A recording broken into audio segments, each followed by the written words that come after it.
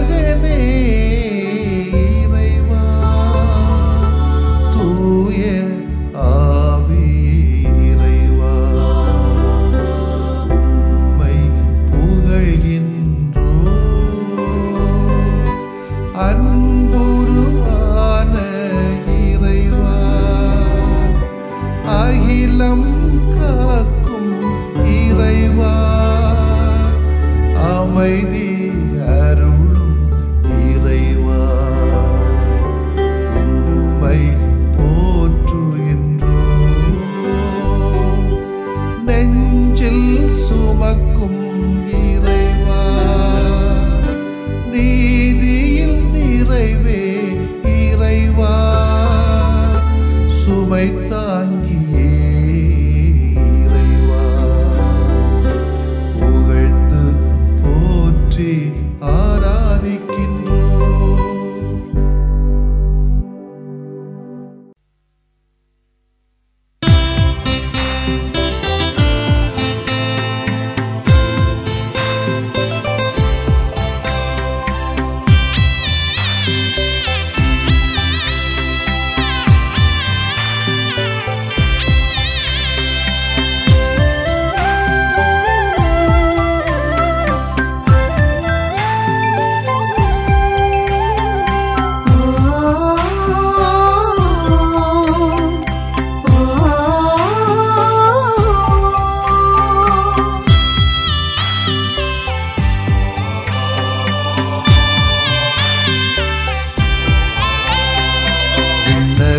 அருளே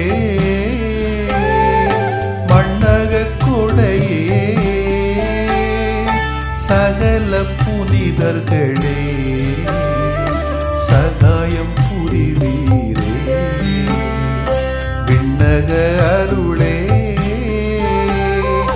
அன்பாய் வந்து நெஞ்சில் நிறைந்து எம்மை காப்பவரே கரங்கள் கோர்த்து ஸ்வரங்கள் ஈந்திட கனிவாய் காத்திடுமே அன்பாய் வந்து நெஞ்சில் நிறைந்து எம்மை காப்பவரே கரங்கள் கோர்த்து ஸ்வரங்கள் ஈந்திட கனிவாய் காத்திடுமே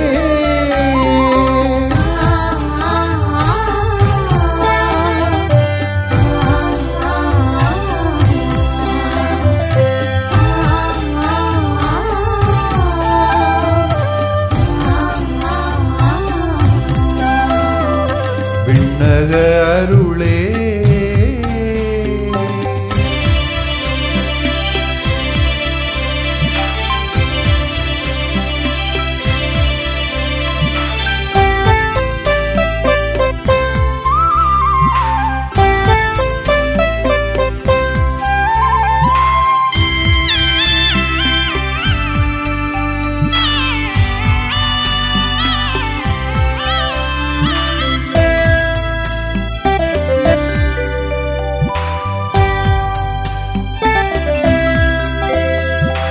இறையின் திருவுளம் ஏற்று நின்றீர் அவரின் வாழ்வை காட்டி சென்றீர் இறையின் திருவுளம் ஏற்று நின்றீர் அவரின் வாழ்வை காட்டி சென்றீர் தீமை அனைத்தையும் வென்று நின்றீர் தெய்வ பலம் கொண்டு வாழச் சொன்னீர் தீமை அனைத்தையும் வென்று நின்றீர் தெய்வ பலம் கொண்டு வாழச் சொன்னீர்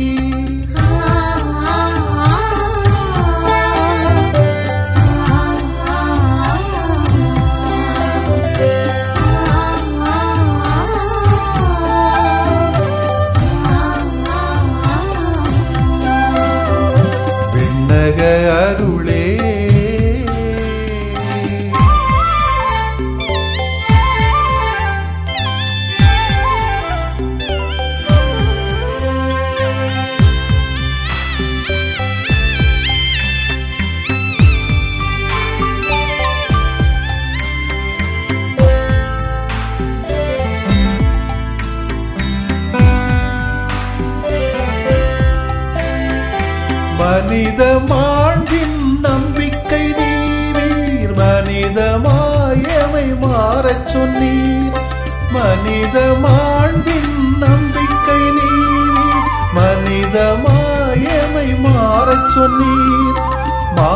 மாந்தர் எங்களின் காவல் நீவீர், மகிழ்ந்து புகழ்ந்து வாழச் சொன்னீர்.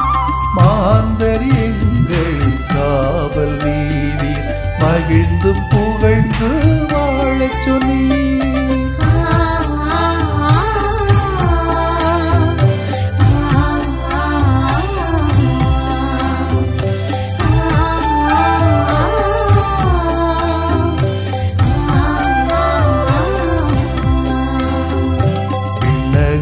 அருளே மண்ணக கொடையே, சகல புனிதர்களே சகாயம் புரிவீரே. விண்ணக அருளே அன்பாய் வந்து நெஞ்சில் நிறைந்து எம்மை காப்பவரே, கரங்கள் கோர்த்து ஸ்வரங்கள் ஈந்திட கனிவாய் காத்திடுவே.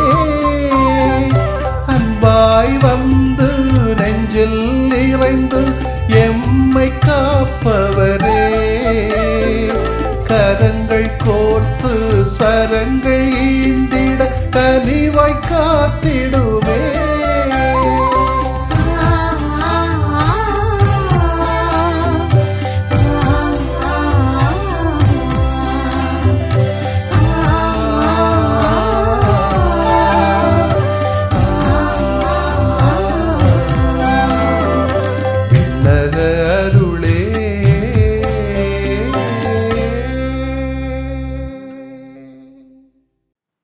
லூக்கா எழுதிய நற்செய்தி அலகு 2 இறை சொற்றொடர்கள் 41 முதல் 51 வரை. அக்காலத்தில் ஆண்டுதோறும் இயேசுவின் பெற்றோர் பாஸ்கா விழாவை கொண்டாட எருசலேமுக்கு போவார்கள். இயேசுவுக்கு 12 வயது ஆனபோது வழக்கப்படி விழாவை கொண்டாட எருசலேம் சென்றனர். விழா நாட்கள் முடிந்து அவர்கள் திரும்பிய போது சிறுவன் இயேசு எருசலேமில் தங்கிவிட்டார். அது அவருடைய பெற்றோருக்கு தெரியாது. பயணிகள் கூட்டத்தில் அவர் இருப்பார் என்று எண்ணினார்கள்.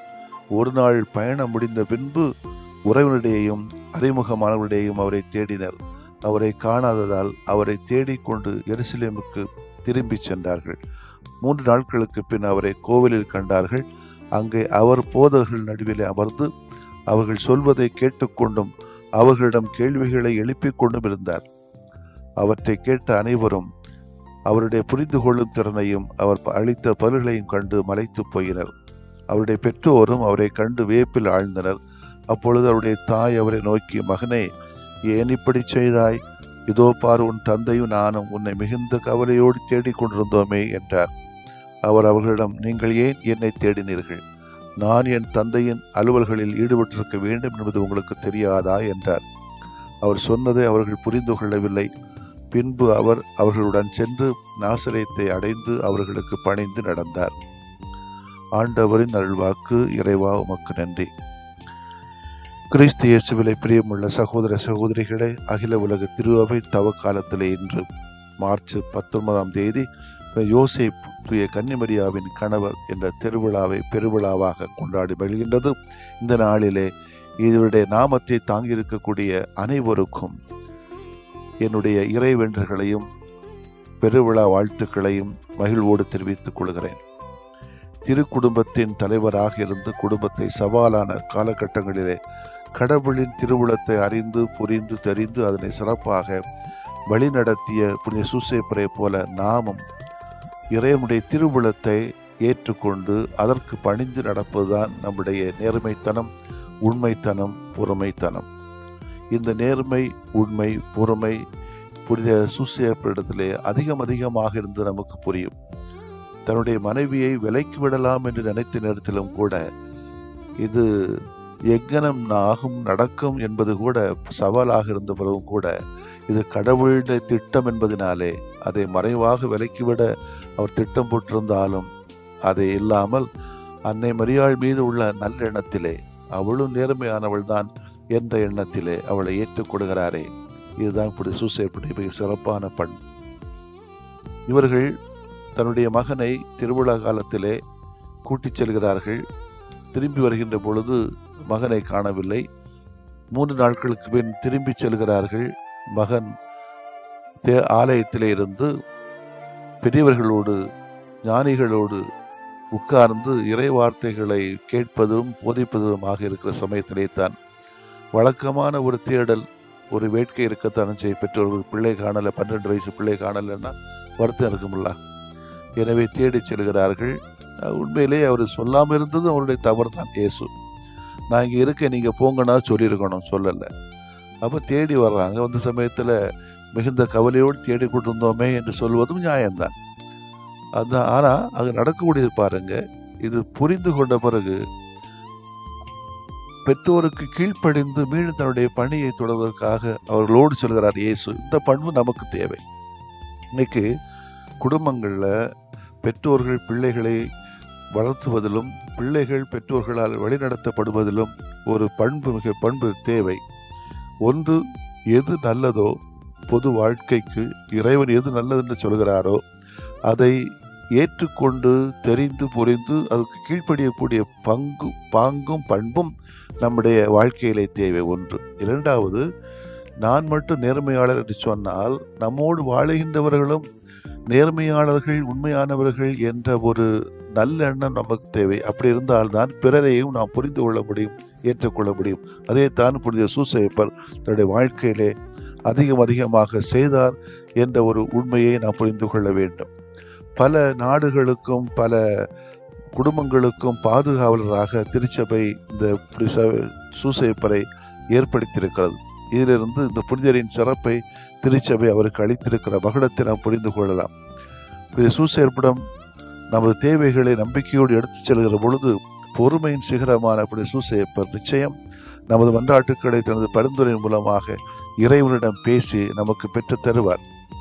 ஒரு நேர்மையாளர் என நற்செய்தியினுள் சான்று பெறுகிறது. அவருடைய நேர்மைத்தனத்தின் ஒரு அடையாளமாக அவர் மரியாவை இகழ்ச்சிக்குள்ளாக்க விரும்பாமல் மறைவாக விலக்கிவிட திட்டமிட்டார் என்று சொல்லப்பட்டிருக்கிறது. இதையே நம்ம சிந்தனைக்காக எடுத்துக்கொள்ளும் சமயத்திலே ஒருவர் உண்மையிலேயே நேர்மையாளர் அல்லது உண்மையாளர் என்று சொன்னால் அவர் ஒரே ஒரு அடையாளம், பிறர் மீது கொண்டிருக்கக்கூடிய நல்ல எண்ணம். எல்லாரும் நல்லவரே, அனைவரும் நேர்மையாளர்களே என்னும் அடிப்படை மனநிலை ஒரு நேர்மையாளரின் அடையாளம் ஆகும்.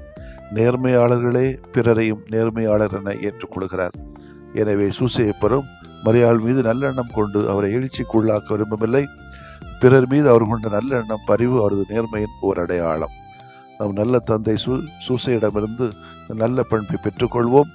பிறரும் நல்லவர்கள், நேர்மையானவர்கள், உண்மையானவர்கள் என்ற முறையிலே நாமும் உண்மையாக நேர்மையாக குடும்பங்களிலே நடந்து கொள்ள கடவுள் நமக்கு துணை புரியட்டும்.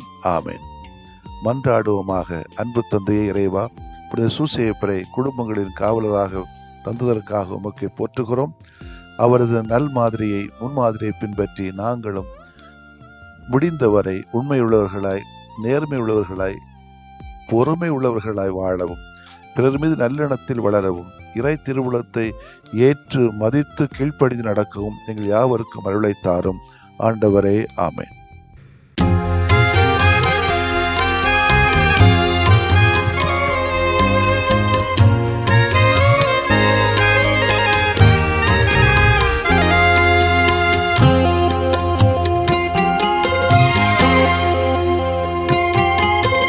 நம்பினேன் ஆண்டவரே நலம் தாருமே, நம்பினேன் ஆண்டவரே நலம் தாருமே.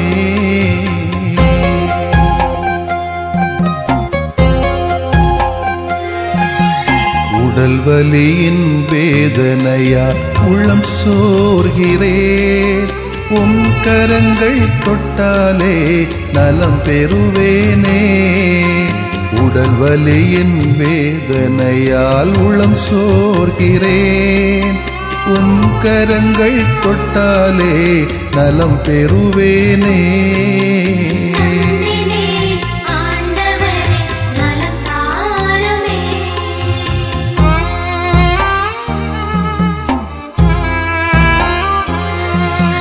தீராத தலைவலியால் நிலைகுலைகின்றேன், தலைவாவும் பாதத்திலே தலை சாய்க்கிறேன். தீராத தலைவலியால் நிலைகுலைகின்றேன், தலைவாவும் பாதத்திலே தலை சாய்க்கிறேன்.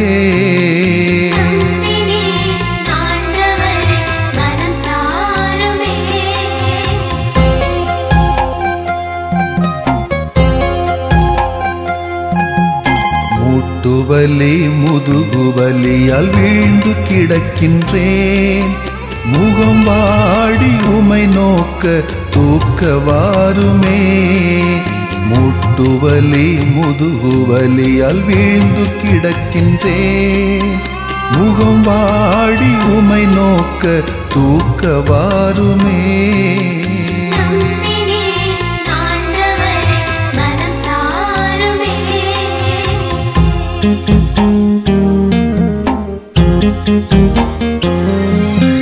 நுரையீரல் இதய நோயால் நொந்து தளர்கிறேன்.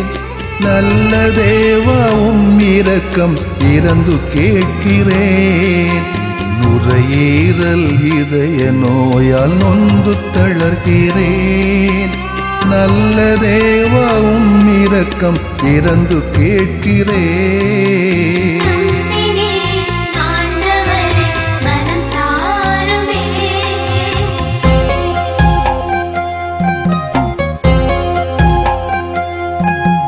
பார்வையும் செவித்திறனும் குறைய காண்கிறேன். பாசமான தெய்வமே என்னை பாருமே. பார்வையும் செவித்திறனும் குறைய காண்கிறேன். பாசமான தெய்வமே என்னை பாருமே.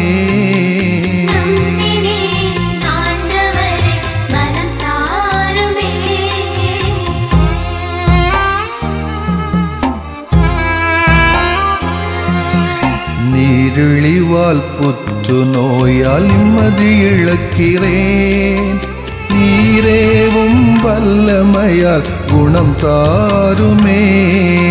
நீரிழிவால் புற்று நோயால் நிம்மதி இழக்கிறேன்.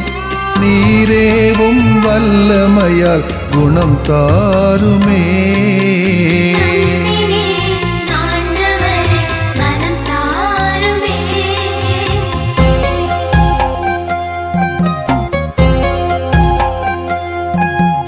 வாட்டும் நோய்கள் அனைத்தும் பாதம் ஒப்படைக்கிறேன். வல்ல தேவா ஒரு வார்த்தை சொல்லி தேற்றுமே. வாட்டும் நோய்கள் அனைத்தும் பாதம் ஒப்படைக்கிறேன். வல்ல தேவா ஒரு வார்த்தை சொல்லி தேற்றுமே. நம்பினேன் ஆண்டவரே நலம் தாருமே. நம்பினேன் ஆண்டவரே நலம் தாருமே. நம்பினேன் ஆண்டவரே நலம் தாருமே. நம்பினேன் ஆண்டவரே நலம் தாருமே.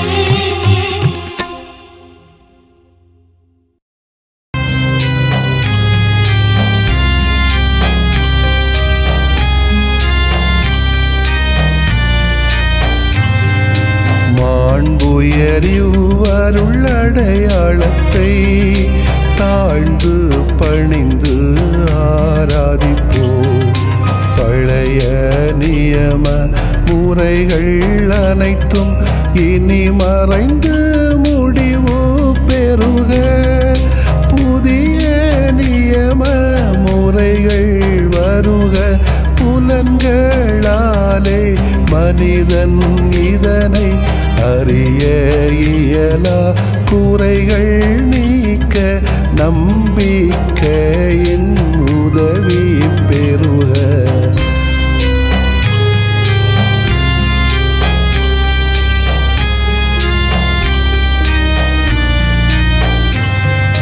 தந்தை அவர்க்கும் மகன் அவர்க்கும் புகழ்ச்சியோடு வெற்றியாக்கும். மீட்பின் பெருமை மாட்சிமையோடு வலிமை வாழ்த்து யாவுமாக. இருவரிடமாய் வருகின்றவராம் தூய யானவர்க்கும் அளவில்லாத சமப்புகழ்ச்சி என்றுமே உண்டாகுக. ஆமென்.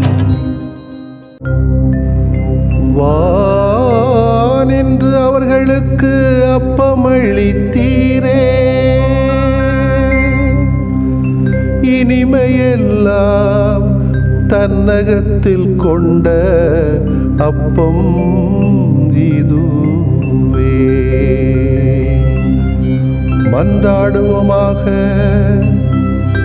இறைவா, இந்த வியப்புக்குரிய அல்வடையாளத்திலே உம்முடைய பாடுகளின் நினைவை எங்களுக்கு விட்டு சென்றீ. உம் திருவுடல் திருரத்தமாகியவற்றின் தூய மறைவருளை வணங்கும் நாங்கள் உமது மீட்பின் பயனை இடைவிடாமல் துய்த்து உணர்ந்து மகிழ அருள்வீராக. தந்தையாகிய இறைவனோடும் தூய ஆவியாரின் ஒன்றிப்பில் இறைவனா என்றென்றும் வாழ்ந்து ஆட்சி செய்கின்ற உம்மை மன்றாடுகிறோம்.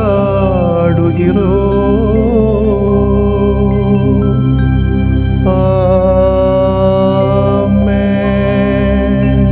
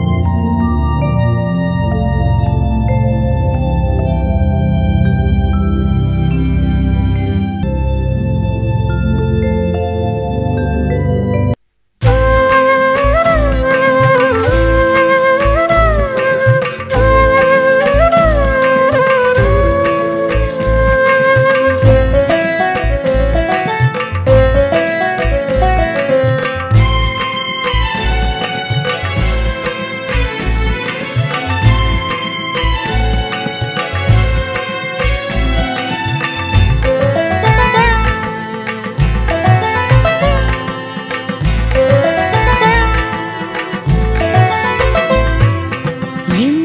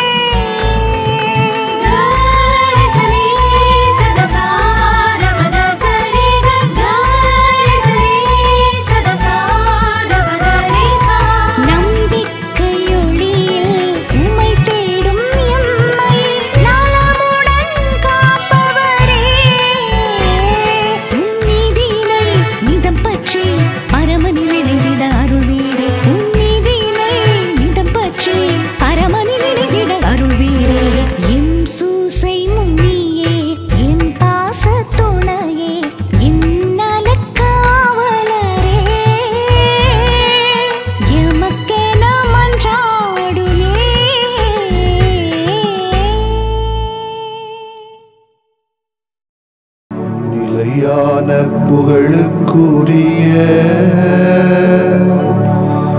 தூய இறை நன்மைக்கு எல்லா காலமும் தொழுகையும் புகழும் போற்றியும் ஆட்சிமையும் உண்டாக கடவது. போற்றியும் ஆட்சிமையும் உண்டாக கடவது. தந்தை, மகன், தூய ஆவியாரின் பெயராலே ஆமென்.